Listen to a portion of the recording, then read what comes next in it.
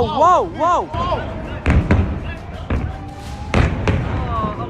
लेकिन ईरान ने सीधे ही जंग का ऐलान कर दिया इजराइल के खिलाफ। ईरान इजराइल का युद्ध अटल हो चुका है। इस The world on the brink of World War III. World War III has already started. The World War is already upon us. दोस्तों आजकल पूरी दुनिया में सिर्फ एक ही चर्चा हो रही है, क्या वर्ल्ड वॉर 3 होगा? क्या ईरान और इजराइल का विवाद एक भयानक युद्ध में बदल जाएगा?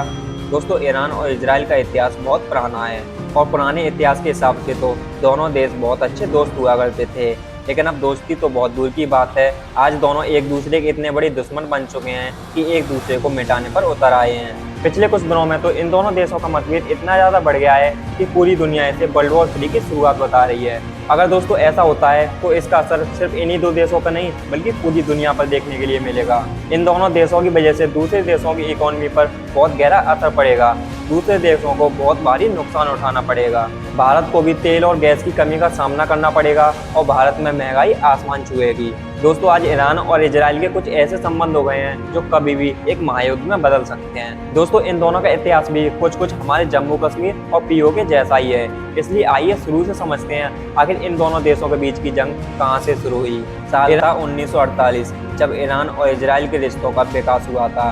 1948 में जब इजराइल का गठन हुआ था तब यह एक ऐतिहासिक घटना थी।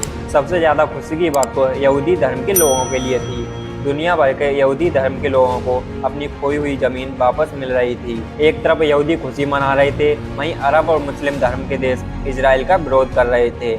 लेकिन सबसे दिलचस्प बात तो ये थी कि ईरान एक मुस्लिम देश था, उसके बाद भी ईरान ने इजराइल का समर्थन किया था और ईरान ने इजराइल को मान्यता भी दी थी। 1950 में ईरान इजराइल को आधिकारिक रूप से मान्यता देने वाले पहले मुस्लिम देशों में से एक था।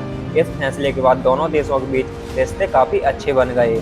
उस समय दोनों देश एक साथ मिलकर हवाई जहाज़ों का अभ्यास किया करते थे, दोनों देश की फौज को एक साथ ट्रेन भी करते थे। देश की सुरक्षा व्यवस्था के लिए साथ मिलकर रणनीति बनाना और वैवाहिक संबंध भी काफ़ी अच्छे थे। लेकिन दोनों देशों के बीच ये रिश्ते ज़्यादा दिनों तक नहीं टिक पाए। 1979 में ईरान में एक क्रांति हुई जिसने पूरे देश की राजनीति और विचारधारा को पूरी तरह से बदल दिया। इस समय ईरान में इस्लामिक क्रांति हुई। इस क्रांति के बाद साथ ही प्रो वेस्ट सरकार को आउटसेटेड कर दिया गया और आयतुल्ला खुमैनी के नेतृत्व में एक इस्लामिक कॉमनवेल्थ की स्थापना हुई। लेकिन खुमैनी की इस्लामिक सरकार इजराइल के खिलाफ थी और उसे जायोनी शासन कहने लगी। उन्होंने इजराइल को इस्लाम और फिलिस्तीनी जनता का दुश्मन बताया, जिसके बाद ईरान और इजराइल के रिश्ते पूरी तरह से खत्म हो गए। जैसे बंटवारे के बाद भारत और पाकिस्तान का रिश्ता हुआ, उसी प्रकार ईरान और इजराइल का रिश्ता बन गया। दोनों देश एक दूसरे के कट्टर दुश्मन बन गए। ईरान ने 1979 के बाद फिलिस्तीनी संघर्ष को खुलकर समर्थन देना शुरू कर दिया। साथ में ईरान ने इजराइल के खिलाफ प्रॉक्सी वॉर छेड़ने वाले बहुत सारे समूहों को अपना खुलकर समर्थन देना शुरू कर दिया, खासकर हिजबुल्ला और हमास को। ईरान का मानना था कि फिलिस्तीनी जनता के अधिकारों का समर्थन करना उसके इस्लामिक कर्तव्यों में से एक है, जिसके चलते ईरान ने आर्थिक और सैन्य रूप से उन संगठनों की मदद की जो इजराइल के खिलाफ संघर्ष कर रहे थे। ईरान हिजबुल्ला को हर तरीके से सपोर्ट करता है क्योंकि ये संगठन न सिर्फ इजराइल के खिलाफ लड़ रहा है बल्कि लेबनान की राजनीति में भी बहुत महत्वपूर्ण भूमिका निभा रहा है। हिजबुल्ला ने 2006 में इजराइल के खिलाफ युद्ध छेड़ा था, जिसे सेकंड लेबनान वॉर कहा जाता है। इस युद्ध में हिजबुल्ला ने इजराइल पर रॉकेट से हमले किए थे, बदले में इजराइल की तरफ से सैन्य कार्रवाई की गई थी। हमास की बात करें तो गाजा पट्टी में हमास ईरान का एक महत्वपूर्ण प्रॉक्सी है। हमास फिलिस्तीनी संगठन है जो गाजा पर शासन करता है और इजराइल के खिलाफ युद्ध लड़ता है। हमास को भी ईरान से आर्थिक और सैन्य मदद मिलती है, जो इसे इजराइल के खिलाफ रॉकेट हमले और सुरंगों के जरिए हमले करने में मदद मिलती है। इजराइल ने गाजा पर कई बार सैन्य कार्रवाई की है और कई ठिकानों पर हवाई हमले भी किए हैं। लेकिन ऐसी कार्रवाई से हजारों निर्दोष नागरिकों की जान भी चली गई है और ये गाजा पट्टी की अस्थिरता का प्रमुख कारण भी है। सीरिया में गृह युद्ध ने भी ईरान और इजराइल के बीच प्रॉक्सी युद्ध को और जटिल बना दिया है।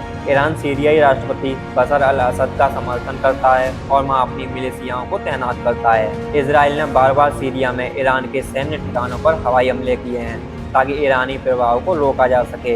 लेकिन ये सब करने से यह संघर्ष और भी भयानक होता जा रहा है, जिसका नुकसान स्थानीय नागरिकों को हो रहा है। इन हमलों से कई स्थानीय नागरिकों की जान चली जाती है।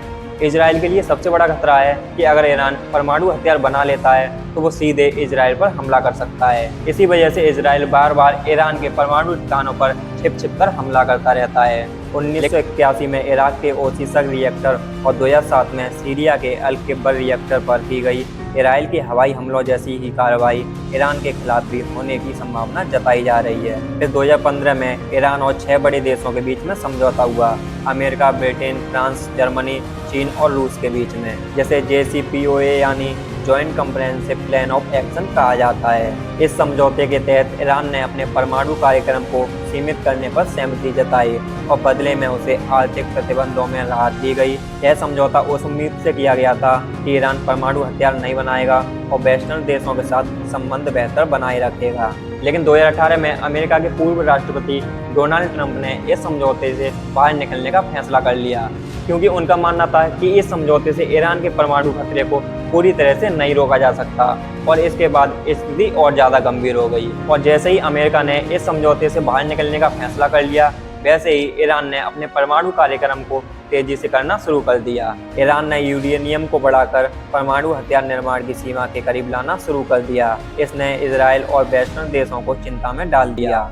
आज स्थिति यह है कि ईरान पर बहुत ही कड़े आर्थिक पाबंद लगे हुए हैं, लेकिन उसकी चिंता ना करते हुए ईरान अपने परमाणु कार्यक्रम को जारी रखे हुए है। इस पर इजराइल ने कई बार संकेत भी दिए हैं कि अगर कूटनीति से इस मुद्दा का हल नहीं निकलता है तो वो सैन्य कार्रवाई करने से नहीं चूकेगा। ईरान का परमाणु कार्यक्रम अब केवल एक देश का मुद्दा नहीं है, बल्कि ये ग्लोबल सिक्योरिटी का गंभीर विषय बन चुका है। अमेरिका लंबे समय से इजराइल का सबसे बड़ा समर्थक रहा है। अमेरिका से इजराइल को हर साल अरबों डॉलर की सैन्य सहायता मिलती है, जिसके चलते इजराइल और अमेरिका का रिश्ता बहुत ही गहरा है। अमेरिका के लिए इजराइल मिडिल ईस्ट में उसकी एक महत्वपूर्ण उपस्थिति है। अमेरिका के लिए इजराइल का समर्थन केवल रक्षा तक सीमित नहीं है, बल्कि ये राजनीतिक और कूटनीतिक स्तर पर भी मजबूत है। संयुक्त राष्ट्र में अमेरिका बार बार इजराइल के समर्थन में वीटो का इस्तेमाल करता है। जहां एक और अमेरिका इजराइल का समर्थन करता है, वहीं रूस और चीन ईरान के महत्वपूर्ण साझेदार माने जाते हैं। रूस ने बरसों से सीरिया और ईरान के साथ कूटनीतिक और सैन्य संबंध बनाए रखे हैं। रूस ने ईरान में असद सरकार के समर्थन में सैन्य हस्तक्षेप किया है, जो ईरान का भी मुख्य सहयोगी माना जाता है। ईरान के परमाणु कार्यक्रम पर भी रूस ने कूटनीतिक संतुलन बनाए रखने की कोशिश की है, जिससे वेस्टर्न प्रभाव को लिमिटेड किया जा सके। इसके साथ ही रूस ने ईरान को हथियारों की सप्लाई भी की है, जिससे दोनों देशों के बीच संबंध और भी ज़्यादा मजबूत बनाए जा सकें। चीन भी ईरान का एक बड़ा व्यापारिक साझेदार माना जाता है। उसने ईरान के साथ मिलकर एनर्जी सेक्टर में बहुत ज़्यादा इन्वेस्टमेंट किया है, खासकर तेल और गैस के मामले में। इसके अलावा चीन ने ईरान पर लगे अमेरिका पाबंदों की खुलकर आलोचना की है और अंतर्राष्ट्रीय मंचों पर ईरान का समर्थन भी किया है। इन सब में यूरोप की भूमिका थोड़ी अलग है। जब अमेरिका ने 2015 के समझौते से बाहर निकलने का फैसला कर लिया तो यूरोप की स्थिति कमज़ोर हो गई। यूरोप ने कोशिश करी थी कि ईरान पर लगे पाबंदों का कुछ समाधान निकाला जाए, लेकिन अमेरिका की दबाव के चलते यह पूरी तरह से सफल नहीं हो पाया था। लेकिन इसके बाद भी यूरोप अब भी डिप्लोमेटिक तरीके से इस समस्या को सुलझाने का प्रयास करता रहता है। यूरोप चाहता है कि मिडिल ईस्ट में स्टेबिलिटी बनी रहे, क्योंकि अस्थिरता का असर यूरोप पर भी पड़ता है, खासकर शरणार्थियों और तेल की सप्लाई के मामले में। मिडिल ईस्ट हमेशा से ग्लोबल पावर के लिए एक रणनीतिक क्षेत्र रहा है। यह क्षेत्र न केवल ऊर्जा संसाधनों से संपन्न है, बल्कि यहाँ की जियोपॉलिटिकल सिचुएशन भी बहुत महत्वपूर्ण है। अमेरिका, रूस और चीन सभी यहाँ पर अपने अपने प्रभाव को बढ़ाना चाहते हैं। ईरान और इजराइल के बीच का ये मुद्दा केवल पॉलिटिकल और मिलिट्री इशू नहीं है, इसका असर दुनिया भर की इकोनॉमी और आम लोगों पर भी पड़ रहा है। मिडिल ईस्ट दुनिया का सबसे महत्वपूर्ण तेल उत्पादन वाला क्षेत्र है और इस क्षेत्र में किसी भी तरह के संघर्ष का सीधा असर ग्लोबल ऑयल की कीमतों पर पड़ेगा। ईरान और इजराइल के बीच का तनाव तेल की कमी का खतरा पैदा कर सकता है। तेल की कीमतों में होने वाले उतार चढ़ाव का असर केवल तेल उद्योग तक सीमित नहीं रहता। जब तेल महंगा होता है तो परिवहन से लेकर ऊर्जा उत्पादन तक की लागत बढ़ जाती है। इसका असर सीधे सीधे रोजमर्रा की चीज़ों की कीमतों पर पड़ता है और अगर ऐसा होता है तो भारत में भी इसका बहुत ही गहरा असर पड़ेगा।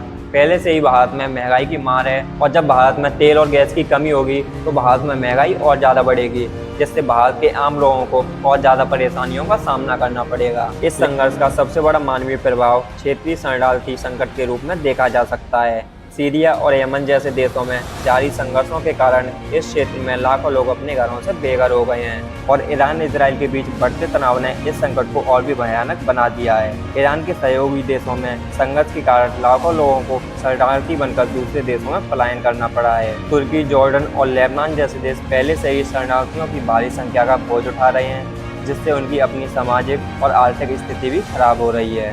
दोस्तों अब बात करते हैं कि ईरान और इजराइल के बीच के संघर्ष को वर्ल्ड वॉर 3 क्यों कहा जा रहा है। दोस्तों ईरान और इजराइल के बीच का यह संघर्ष सिर्फ दो देशों के बीच की लड़ाई नहीं है, इसमें पूरी दुनिया शामिल हो सकती है। इसके पीछे का कारण यह है कि इन दोनों देशों के बीच का विवाद सिर्फ क्षेत्रीय विवाद नहीं है, बल्कि इसमें कई ग्लोबल पावर्स के हित जुड़े हुए हैं। अगर इस तनाव में तेजी आई और युद्ध हुआ तो यह सिर्फ एक क्षेत्रीय युद्ध नहीं रहेगा। अमेरिका, रूस और चीन जैसे बड़े देशों को इसमें मजबूरन शामिल होना पड़ेगा और दो देशों की जंग दुनिया की जंग बन जाएगी। सऊदी अरब, संयुक्त अरब अमीरात और अन्य खाड़ी देश जो ईरान के खिलाफ हैं वो इजराइल या अमेरिका को सपोर्ट करेंगे। वहीं इराक, लेबनान और सीरिया जैसे देश जहां ईरान का प्रभाव है वो ईरान को सपोर्ट करेंगे। लेकिन सबसे बड़ा खतरा जो इस संघर्ष को वर्ल्ड वॉर 3 की ओर ढकेल रहा है वो है परमाणु हथियार। इजराइल के पास पहले से ही परमाणु हथियार माने जाते हैं, जबकि ईरान का न्यूक्लियर प्रोग्राम पूरी दुनिया के लिए चिंता का विषय बना हुआ है। अगर परमाणु हथियारों का इस्तेमाल होता है तो इसका असर सिर्फ इजराइल और ईरान तक ही सीमित नहीं रहेगा। मिडिल ईस्ट के आसपास के देश यहाँ तक कि यूरोप और एशिया भी इसके चपेट में आएगा और भयानक तबाही का सामना करना पड़ेगा। एक तरह से देखा जाए तो वर्ल्ड वॉर 3 होने से सिर्फ और सिर्फ तबाही ही होने वाली है, उसके अलावा कुछ भी नहीं होने वाला है। लेकिन पूरी दुनिया के मीडिया वाले तो बिना सोचे समझे सिर्फ लोगों को यही बता रहे हैं कि वर्ल्ड वॉर 3 का आगाज हो गया है, अब वर्ल्ड वॉर 3 होने वाला है। लेकिन दोस्तों वर्ल्ड वॉर 3 होना कोई मामूली बात नहीं है, इसमें सभी देशों का नुकसान ही होगा और ये बात तो ईरान और इजराइल भी जानते हैं। इसलिए वर्ल्ड वॉर 3 होना बहुत ही ज़्यादा मुश्किल है, क्योंकि वर्ल्ड वॉर 3 से सिर्फ और सिर्फ तबाही ही होने वाली है, उसके अलावा कुछ नहीं होने वाला। इसलिए दूसरे देश इसमें हस्तक्षेप करेंगे और इसका कोई ना कोई समाधान जरूर निकालेंगे। अगर दोनों देशों के बीच डिप्लोमेटिक एफर्ट्स तेज किए जाते हैं तो यह जंग रुक सकती है। इसके लिए जरूरी है कि ग्लोबल पावर्स जैसे अमेरिका, रूस और चीन अपने अपने हितों को दरकिनार करके इस मुद्दे का समाधान निकालने में कोई मदद करें।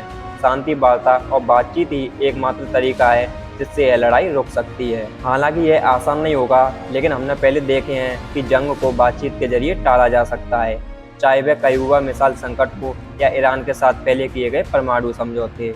अगर दोनों पक्ष और विश्व समुदाय गंभीरता से शांति के प्रयास करें तो इस जंग को भी वर्ल्ड वॉर 3 में बदलने से रोका जा सकता है। दोस्तों आपका क्या मानना है, क्या बातचीत और कूटनीति से इस समस्या का समाधान निकाला जा सकता है? क्या इस युद्ध को रोककर शांति स्थापित की जा सकती है या फिर यह संघर्ष नियंत्रण से बाहर चला जाएगा और वर्ल्ड वॉर 3 का रूप ले लेगा? दोस्तों आप अपनी राय कमेंट बॉक्स में जरूर बताना, क्योंकि आपके क्या विचार हैं वो जानने में हमें बहुत ही ज़्यादा दिलचस्पी है। दोस्तों आपको इस वीडियो में बताई गई जानकारी अच्छी लगी हो तो वीडियो को लाइक और जाते जाते हमारे चैनल को सब्सक्राइब करके घंटी जरूर बजा देना, जिससे आने वाली वीडियो आपको सबसे पहले मिल सकें।